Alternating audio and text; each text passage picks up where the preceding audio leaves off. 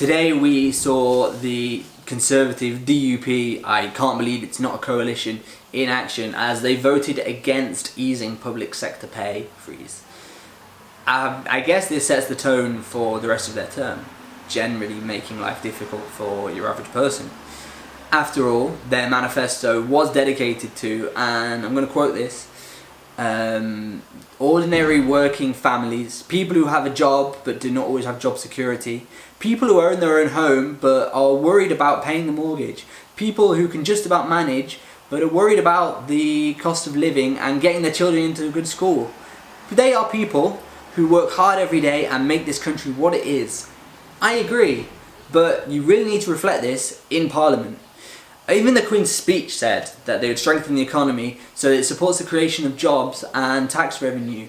They said that they'd invest in public finances and spread prosperity across the country. My ministers will strengthen the economy so that it supports the creation of jobs and generates the tax revenues needed to invest in the National Health Service, schools and other public services. My government will continue to improve the public finances while keeping taxes low. It will spread prosperity and opportunity across the country. This is all talk and no trousers. A clear sign of both strength and stability. So, the motion to increase public sector pay beyond the 1% in line with inflation was defeated by just 9 votes. The ayes to the right, 309. The noes to the left, 323.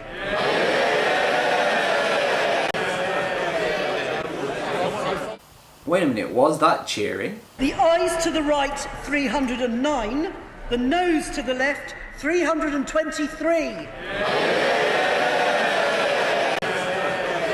Really? Are these people that would cheer police, military, doctors, firefighters, nurses, teachers for that they're not getting a pay rise beyond 1% when these people just a few months ago gave themselves a 1.4% pay rise? Hooray! Teachers are not getting fairly paid. Hurrah! Nurses are still underpaid. Of course, we couldn't afford the pay rise anyway. There is no magic money tree. Unless you need £1 billion to pay for the DUP, it's not a coalition.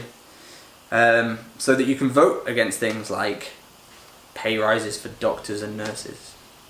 This, of course, comes after a terrible string of tragedies in Manchester and London where police, paramedics, firefighters were called heroes and praised for their efforts. So, to summarise, MPs in April gave themselves a 1.4% pay rise, around £1,050. The Queen is set to get a £6 million pay rise, which is about 5%.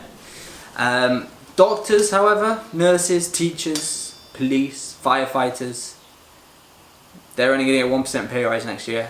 So if you are a Conservative voter, I really hope you're happy with yourself, and just think about this moment next time you need public sector help. Maybe it's having a good education for your child. Maybe it's having the police come when you really need it and you're in a moment of crisis. Maybe it's the NHS funded frontal lobotomy you so desperately need.